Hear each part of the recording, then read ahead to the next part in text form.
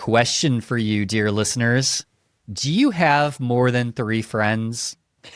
Well, Mark Zuckerberg says you probably don't, and you should probably use Meta AI to create more AI friends for you. So today we're going to talk about that and why Mr. Zuckerberg thinks that one day all of your friends will be AI. Heck, who needs human connection anymore, Scott? Now that we have AI, right? I mean, Yeah, sometimes I wish some of the people that I have to deal with were just an AI. Could we just do that? Yes, all the people that we don't like, let's just make them. Well, I don't know. That could be worse, actually. Well, if we I make think that's them the AI. bottom of the problem is like, do you really believe them or not, right? I mean, it's Yeah, that's true. I mean, what could possibly go wrong with all of that? So, and then we're going to just update everybody on the 23andMe bankruptcy, as there's been some significant updates that I think everybody should know about if you were, unfortunately, a 23andMe customer. So, fun stuff. And joining me for these discussions is the Canadian powerhouse himself, Mr. Scott Wright. G'day, eh? Good day, A. Yes. You almost said Australian. You got to be careful there. Oh, because you're not Australian. You are Canadian. Hey, I don't mind being mistaken for an Australian. They're part of the Greater Kingdom, are they not? They're part of the Commonwealth. The Commonwealth, yes. I was actually surprised to hear that the king isn't the king still involved in Canadian government? He'll be coming very soon to do open the next session of Parliament, right? They call it reading the throne speech. Yes. I guess it's kind of like the State of the Union address, but during or at the beginning of the session rather than, and not by the leader. Okay. So. Yeah. I forgot that actually like the King of England still is like overseeing that. There are official things official protocols still to follow, you know? Yeah. Wow. That's pretty crazy. The remnants of the British Empire still holds true to this day. Has some charm, doesn't it? It does have some charm, especially in today's weird political climate. I don't even know. I mean, Kevin's not here, so we don't have to talk politics, but that's okay. Hey, I have a book I don't mind plugging that if you're interested in stuff that I've been reading. It's called The Next Civil War. The next U.S. Civil War? Is that actually yes? Really? And would you happen to know the nationality of who wrote it? A Canadian. A Canadian. Guy by the name of Stephen Marche, Marche. So I found it really interesting and insightful. It actually yesterday I'm on an audiobook, right? So listening to it, and it's predicting things like what do they call it? Revoking habeas corpus. That's pretty much happened. Yeah, that's happened. Yeah. But he wrote this a year ago. Due process is over. So he wrote this a year ago. He says it'll be suspended, right? So, okay, well, it's happening. Yeah, it's starting to happen. Yeah. Well, that's fascinating. I mean, is there a section in there about burning the White House down again? Is that I haven't part got of the that plan? far yet. But okay. It's actually a bunch of future. It's kind of like a tabletop exercise in a way. It's a bunch of future scenarios that you expect to happen. You know, some climate change event causes this thing to happen, and at least people are revolting and rebelling and stuff like that. A bit of a storyline, but then a lot of analysis. So it's fun. Oh, okay. Well, we will link that in the show notes for everybody. The next Civil War. The next Civil War. Reality or not, you decide. By the way, spoiler, it's underway. It's underway. Yes. Oh, gosh. One other plug just to shout out. So our last episode, we did a best of because I was off the grid hiking and backpacking in the middle of nowhere. So I decided, hey, great time to do a best of episode. And we re-released episode 2 of the former social media security podcast from 2009. So we're going way, way back. And it's a really good episode about a lot of things that were going on at the time with Facebook and Canadian privacy rulings. So it's just a really good episode. And we introduce our new co-host at the time, which was Kevin Johnson. So you get to hear Kevin for the first time. And who doesn't want to hear that, right? Absolutely. And you know what I'm really happy about is that we don't have to say the Shared Security Podcast, formerly the Social Media Security Podcast, the way we do with X and Twitter. Oh, yeah. We don't do that stuff here. That's we've moved on. We changed sometime in, I don't know, the 2010s. That's right. And I actually looked this morning at our YouTube channel, and we are at 1,999 subscribers. Ooh, we're in like the top 10 of YouTube. Yeah, pretty much. Yeah, it only took like 12 years or something since I started the YouTube channel, but we're one away from. So tell your friends. Well, hopefully by hopefully by the time this episode is released, we will have surpassed the 2,000 mark. But thank you all for subscribing. I know it doesn't seem like a lot compared to like people like Mr. Beast and all these famous YouTubers that have millions of people, but we have a small but mighty subscriber base. Very mighty. We appreciate all of you. So thank you for subscribing to the podcast. And all for all your comments. Like, in fact, Scott, the episode that we did on the U.S. border seizures, that actually has tons of comments. Really? Probably one of the most commented episodes we've had all year. So very nice. Definitely check that out. Well, let's talk about Mark Zuckerberg's grand vision that most of your friends will be AI. Maybe all of your friends, Scott, will be AI one day. What do you think about that? I mean, it's funny to say, but I'm not too surprised, or I wouldn't be too surprised that a lot of that kind of thing does come to pass. It's just a little sad, and I don't know that there's any way to avoid it, unfortunately, just the way technology goes forward these days. Yeah. I mean, I guess I look at it as like, is this something like, I look at everything I look at like my parents, right? Or the older generation. Like, they're not going to have AI friends. Let's be real. I have a great gift idea. Oh? So for one of your, elderly relatives who has nobody around that's their age anymore, you go find some of their former friends and find whatever paraphernalia or things that they've created and feed that into an AI and give them one of their old friends. You still got to get them to use the AI though. Like there's still some interface required though. And I think that's the challenge is like, I think the younger generations think it'll be conversational in a couple of years? There's still got to be an interaction though, right? Like you have to initiate. Interact with friends.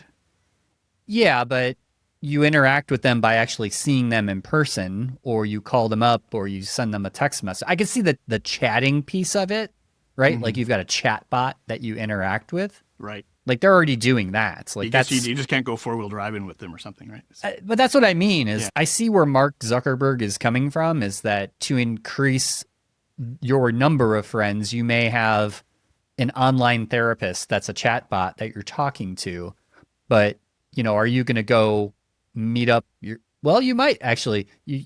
Most therapy used to be done in person, if you remember. Now it's picking up for sure. I think it's also since COVID.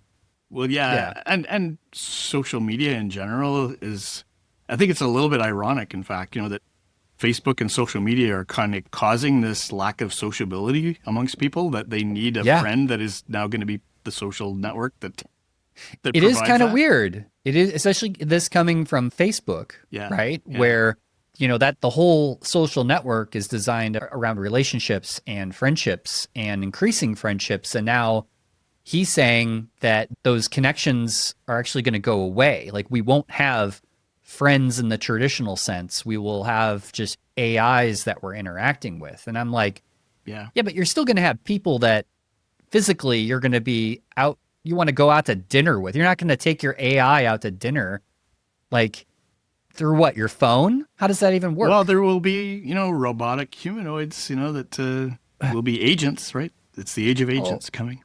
I guess. But then it gets into cyborgs. And then like Tesla's, like Elon Musk's, whatever he calls it, the robot thing that he wants to resist, Tom.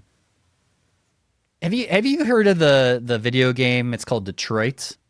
No. Yeah. So I've heard of the Michigan, which is like a hockey move where you flip the puck in over the goal. You know a lot about Detroit from hockey. Yes. The Red Wings. Yes. Sorry, the Detroit. No, I don't know. Well, this game is about AI that essentially develops true, like human, like they're treated like humans, essentially in society. They're all androids, and they actually rebel against the humans because they want their own laws. They want to create their own community. They want to be respected Yep. like actual humans. Mm-hmm. And I feel like that's what he's kind of talking about, where this is all going to go, is we are going to build a society of AIs that this is like Blade Runner type stuff we're getting into. So a couple of thoughts on that. Number one is the first thing you said reminded me of something recently that I think that was announced by Dario Amodei, the CEO of Anthropic, saying he wants to start an initiative to analyze the ethics within treatment of AI, right? Because he thinks at some point the AI may actually have feelings that we have to be able to respond to or treat as if they are human in order to get them to work properly. The other thing I was going to say is I have a friend who was in my engineering class back in the 80s who I talked to 10 years ago at one time, and we were talking about the evolution of artificial intelligence. He goes, I think the human race will just evolve into robotics, AI, and it'll just continue that way. Like the actual biological humans will disappear, but our race will continue on through AI. And that's a Black Mirror episode.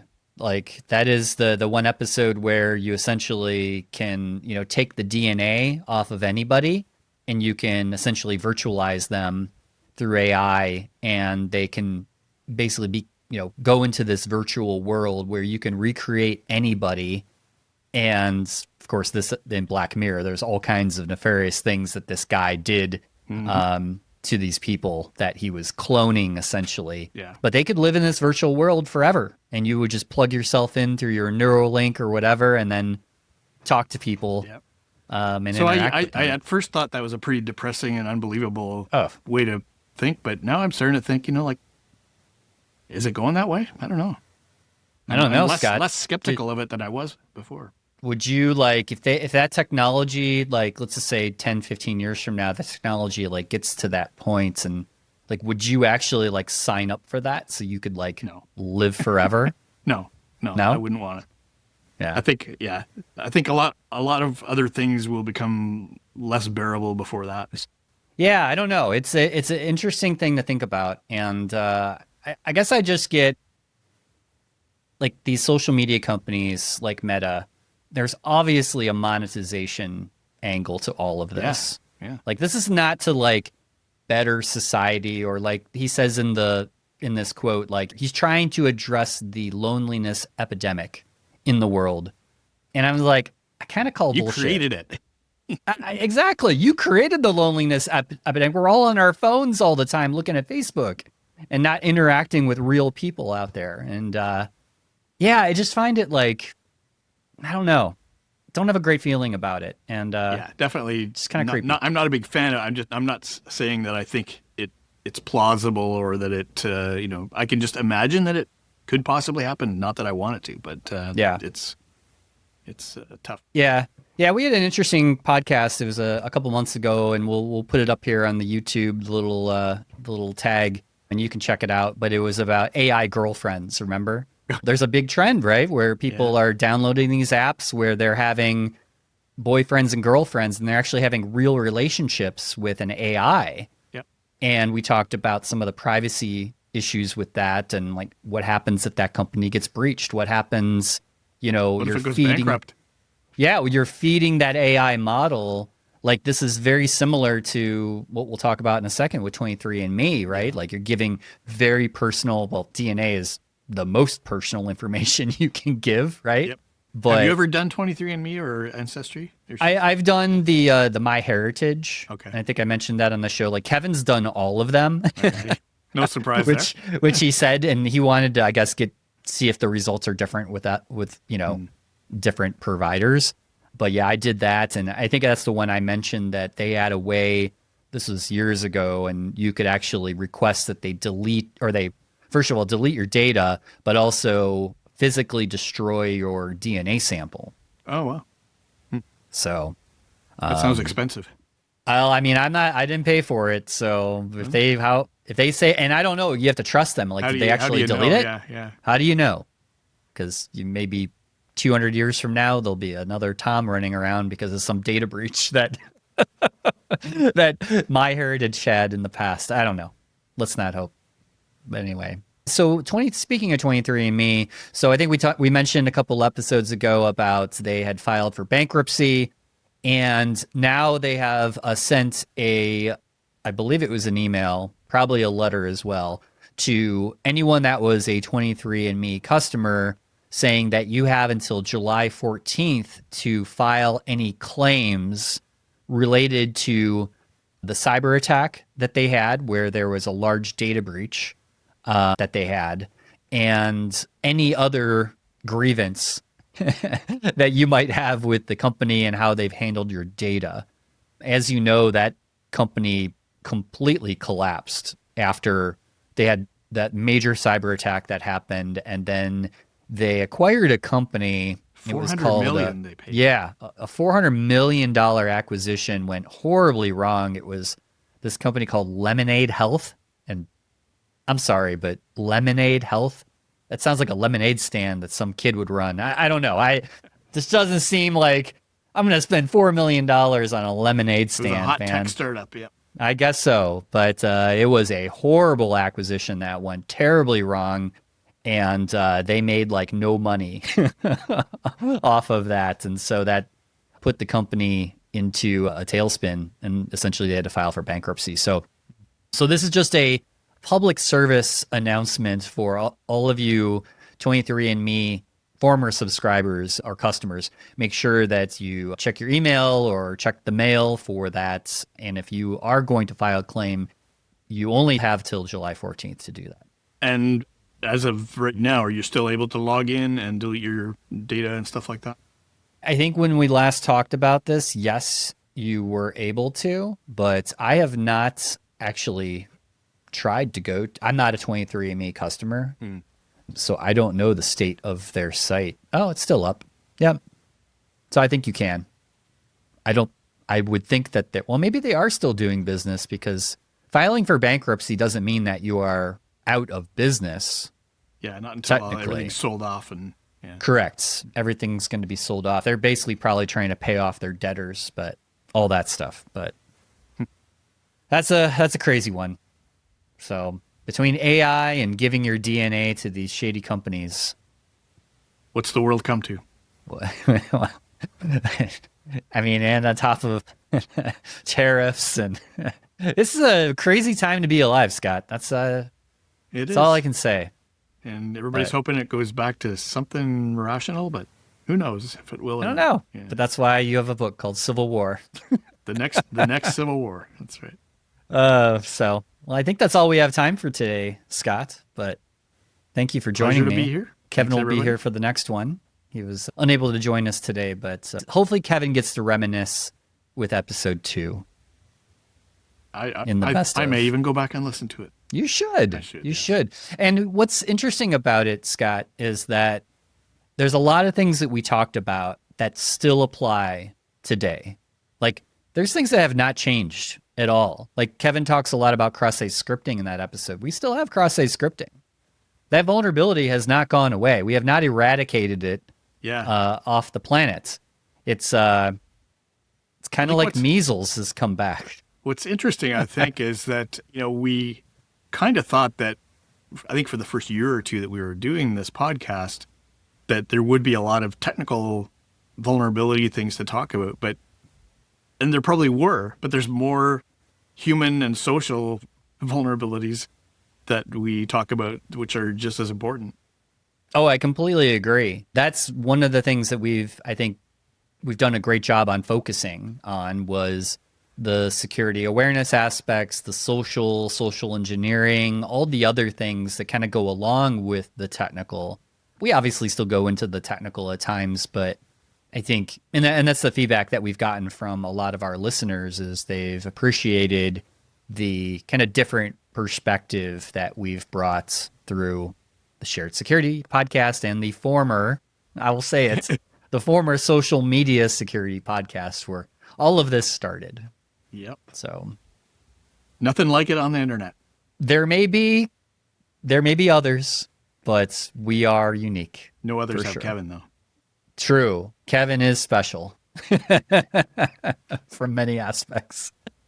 Well, thanks for listening, everyone. And until next time, stay safe, stay secure, and stay private. Thank you for watching or listening to this episode. Be sure to subscribe wherever you like to get your podcasts. Visit sharedsecurity.net for merch, previous episodes, and more.